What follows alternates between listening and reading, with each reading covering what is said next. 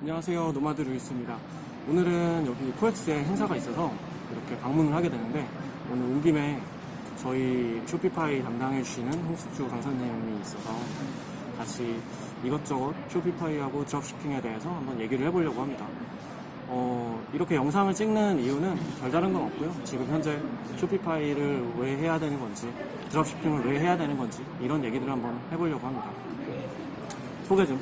네, 안녕하세요. 리눅스 캠프에서 쇼피파이하고 드롭시핑 관련돼서 강의를 하고 있는 홍석주라고 합니다. 안녕하세요. 반갑습니다. 지금 저 같은 경우도 쇼피파이를 운영을 하면서 느끼는 부분인데, 제가 쇼피파이를 한 3년, 4년 전부터 계속 해야 된다라고 하고는 있지만 막상 하는 사람들이 그렇게 많지는 않습니다. 네, 별로 없어요, 아직도요. 안 하는 이유가 뭘까요? 일단 글로벌 스토어라고 생각하니까 어렵다고 생각하시는 게 좀 큰 것 같기도 하고요. 그보다는 또 다른 하나로는 이제 어차피 이베이, 아마존, 쇼피, 큐텐 이런 마켓플레이스에서 그냥 쉽게 할 수 있다고 생각하시는 것 같아요. 근데 사실 안 하면 안 되죠, 이제. 그런 맞아요. 상황인데 아직도 사실은 필요성을 잘 못 느끼시는 것 같아서 좀 안타깝습니다.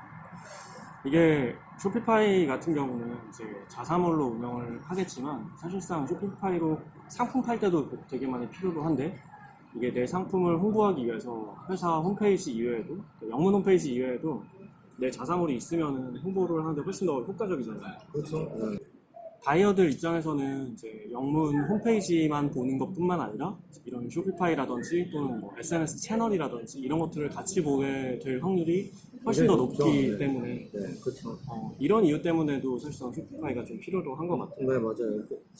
그러니까 하다못해 알리바바 같은 경우가 B2B라고 하잖아요. 근데 그 알리바바에서는 판매자, 셀러의 홈페이지가 있느냐, 그리고 셀러가 어떤 홈페이지와 어떤 성과들을 가지고 있는지를 다각적으로 볼 수 있도록 베이스에 깔고 있는데, 마찬가지로 쇼피파이를 하면 그런 면에서는 기본을 가져갈 수가 있죠. 근데 이제 이게 정확하게는 쇼피파이를 해야 된다가 아니라 이제 내 자사몰하고 그렇죠. 내 독립몰을 해야 된다라는 그렇죠. 의미잖아요. 이거를 한 사람하고 안 한 사람하고는 분명히 좀 차이가 나는 것 같아요. 네, 많이 나죠. 제가 느끼기로는 이런 것 같아요. 어차피 오픈마켓에 상품을 팔았을 때는 이제 나한테 남는 게 뭐가 있냐라고 생각을 했을 때, 이제 상품에 대한 리뷰, 그리고 샵 팔로워 숫자, 맞아요. 네, 이 정도 수준일 건데, 이제 그 손님이 어떻게 보면 내 손님은 아닌 거잖아요. 그렇죠. 오픈마켓에서. 물론 거기 안에서도 즐겨찾기 하는 사람들이 있기는 하겠지만, 이게 비율을 치면 얼마나 되겠어요. 이게 참 그냥 어렵게 얘기 안 하고 쉽게 얘기하면은, 제가 생각했을 때는 어차피 오픈마켓 플랫폼은 내게 아니다. 그렇죠. 자사몰이라든지 아니면 내 상품을 개발해서 판매를 하게 되면은 결국에는 내 브랜드 가치를 올리는 거니까. 그렇죠. 이게 특히나 무형의 가치에 대해서 대부분 다 많이 생각을 안 하시는 것 같아요. 근데 이게 또 그럴 수밖에 없는 게, 처음 시작하는데 이런 내 회사에 대한 브랜드라든지 내 회사에 대한 가치라든지 이런 것 자체를 생각을 못하고 그냥 단순히 그냥 이거 하나 사와서 이거 얼마에 팔면은 맛이 남기겠구나, 이것만 생각을 하잖아요. 그렇죠. 네. 그래서 저도 처음에는 유통업을 먼저 경험을 해보는 건 맞는데, 그 이후부터는 이제 본인만의 어떤 가치를 키워서 그걸 실제로 이제 성장을 키워서 그걸 나중에는 판매를 해야지 더 마케팅 비용도 줄이고, 심지어는 회사를 매각할 수도 있고 여러 가지 전략을 세울 수 있을 것 같아요. 그러니까 이베이의 계정이나 아마존의 계정은 미국에서는 법적으로 상속의 대상이 돼요. 근데 사실은 아무 계정이나 사람들이 돈 주고 그 상속받은 계정을 그럼 상속의 대상이 되니까 살 수도 있고 팔 수도 있다는 뜻이 되기도 하는데, 사진 않거든요. 근데 대부분의 계정은 사실은 판매가 될 계정이 아니죠. 설사 판매량이 많다 하더라도 몇몇 이제 아이디가 굉장히 뛰어나서 사람들이 누구나 알 수 있는 아이디를 쓰는 경우 같은 경우를 빼고는 없는데, 근데 네스토어는 완전히 다르거든요. 북마킹 페이버릿이 얼마만큼 돼 있느냐가 말 그대로 그냥 브랜드 가치가 돼버리기 때문에 셀러 브랜드 가치고 스토어 브랜드 가치가 되니까 사실 장기적으로는 꼭 해야 되는 거고, 특히나 마켓플레이스는 사실 언제 수수료를 올릴지 모르는 데다가 정책이 언제 네, 바뀔지 모르니까. 수수료 자체를 당장은 안 올리는 것 같지만 부가 수수료를 계속 만들어내거든요. 결국은 셀러가 부담해야 될 수수료 액수는 점점 프로테이지는 점점 늘어나는데 그 얘기는 역으로 얘기하면 마진은 줄어드는 거죠. 더군다나 다른 판매자들이 뛰어들면 경쟁해야 되니까 판매 가격이 낮아져서 마진은 더 줄어들고 이게 이 짝이죠. 재밌는 게 이 조그마한 핸드폰 안에서 네. 내 상품을 보여줘야 되잖아요. 그렇죠. 셀러들은 계속 많아지고 상품은 계속 많아지는데 제 상품을 이 조그마한 핸드폰 안에서 보여지기까지가 쉽지가 이거 않잖아요. 간단하지 않죠. 그러려면 네. 계속 광고비 투입해야 네. 되는 거고.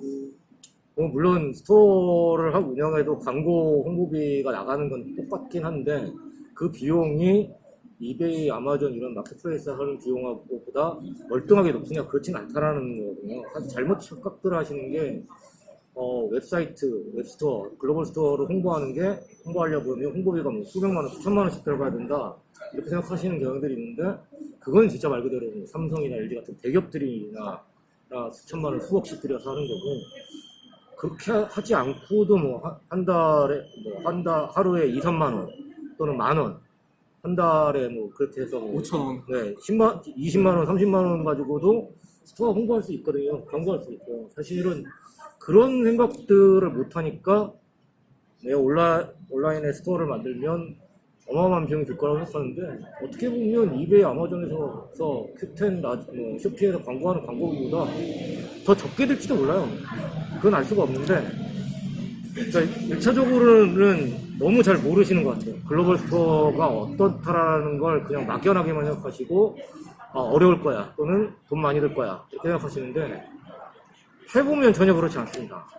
그 쇼피파이를 처음에 런칭할 때 네. 사업자를 꼭 내고 해야 되나요?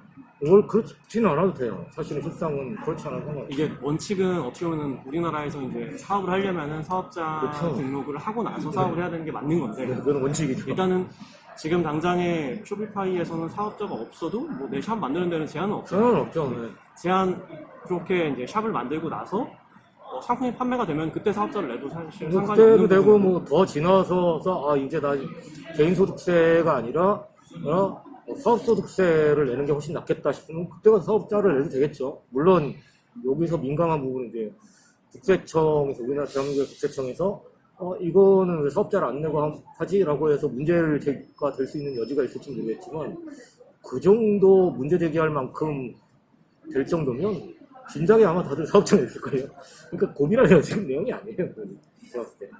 일단은 이 영상을 이제 우리나라에서 다른 분들 다 보고 계시니까 원칙상으로는 사업자를 내고 사업을 해야 되는 게 맞다. 맞습니다. 시장 성장세가 빠르고 시장 점유율이 커지고 있어서 수많은 개발자들이 쇼피파이를 위해서 뭐 테마, 디자인 템플릿인 테마나 그 다음에 사용할 수 있는 각종 어플리케이션들을 계속해서 내놓고 있으니까 사실 무궁무진하게 지금 당장은 해볼 수 있는 것들이 많은 플랫폼이 됐죠. 그래서 뭐 비용도 적고요.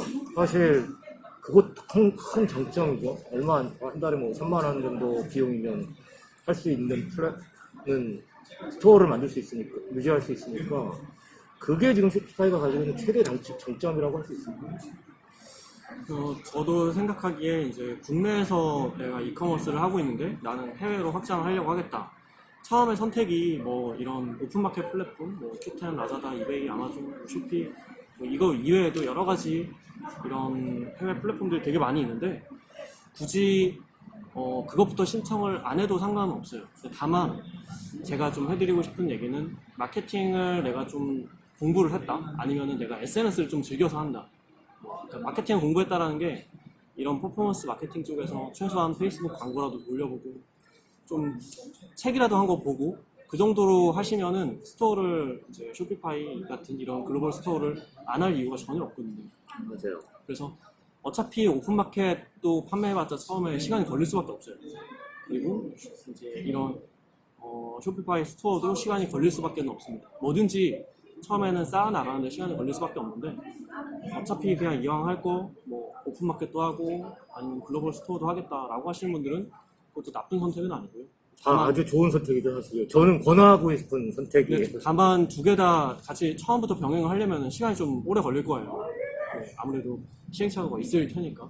그래서 굳이 오픈마켓에만 목매서 그렇게 할 필요 없이 꼭 이 영상을 보고 계신 분들 같은 경우는 본인만의 어떤 이제 이제 자산 가치가 쌓아가는 일 이런 것들을 좀 해줬으면 좋을 것 같아요. 네, 저도요. 그리고 그냥 팁으로 하나 얘기하자면, 마켓플레이스에 진입을 해가지고, 셀링이 뭐 한 10번 정도만 일어나도 주문을 어떻게 처리하는지 이런 거에 대해서 이제 어느 정도 알게 되거든요.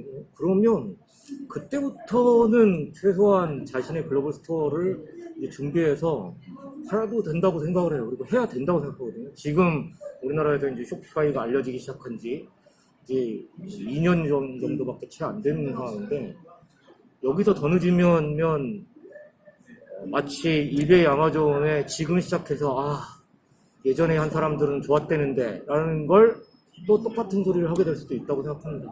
제가 쇼피파이를 알게 된 게 2015년? 네, 15년 말 정도에 알게 됐었어요. 근데 지금 와서 아직까지도 후회를 제일 많이 하는 게 그러니까 그때 쇼피파이 하죠. 아니 저는 근데 쇼피파이 그 솔루션뿐만 아니라 쇼핑몰뿐만 아니라 쇼피파이 주식을 샀었어야 돼요. 그것도 하나의 방법이죠. 네. 진짜 와 그때 당시에 한 그것도 하나의 20불도 안 방법입니다. 했는데 네. 지금은 거의 한 1000불, 1000몇백 불 정도 하니까 근데 사실 어마어마하게 쇼피파이가 이렇게까지 빨리 성장할 줄 예상 못한 분들도 많아서 사실 모르겠는데, 맞아요. 근데 사실은 쇼피파이는 우리나라에서만 아직 이제 겨우 알려진 듯한 플랫폼이지, 외국에서는 사실 굉장히 오래전부터 이미 알려졌고요. 단적인 예로 쇼피파이 주식이 이미 미국에게 상장돼 있을 정도고, 그 가치도 어마어마할 정도이기 때문에 사실은 글로벌 스토어를 운영해야 되는 건 또 당연히 필요한 상황이고, 이왕 할 거면 본인이 굉장히 코딩 잘하시고 뭐 프로그래밍 잘하시고 이러시면 뭐 다른 플랫폼을 쓸 수도 있겠지만, 그거 아니시면 저는 쇼피파이로 빨리빨리 움직이시기를 하는 게 정말 좋다고 생각합니다. 오늘 이 영상은 좀 외부에 일이 있어서 지금 여기 코엑스에 와서 이렇게 영상을 찍는데, 다음에 쇼피파이에 대해서 또 소개하는 영상이라든지 또 실제로 운영하는 실제 운영담이라든지, 그리고 뭐 드롭시핑에 관련된 내용들 이런 것들도 이제 종종 찍어서 올릴 테니까 보시면은 도움이 되실 것 같습니다. 마지막으로 한마디. 지금 이제 글로벌 마켓플레이스를 하지 마시고 글로벌 스토어를 하시라는 얘기가 아니고요. 글로벌 마켓플레이스도 하시는데, 글로벌 마켓플레이스를 하시면서 여기에 만족하지 마시고 꼭 자사몰 글로벌 스토어를 만드시겠다는 생각을 하시기를 바라고요. 그리고 생각만 하지 마시고 꼭 시작해 보시기 바랍니다. 다음에 기회가 되면 또 만나 뵙도록 하겠습니다. 네, 수고하셨습니다. 네, 안녕히 다음에 계십시오. 뵐게요. 네. 네.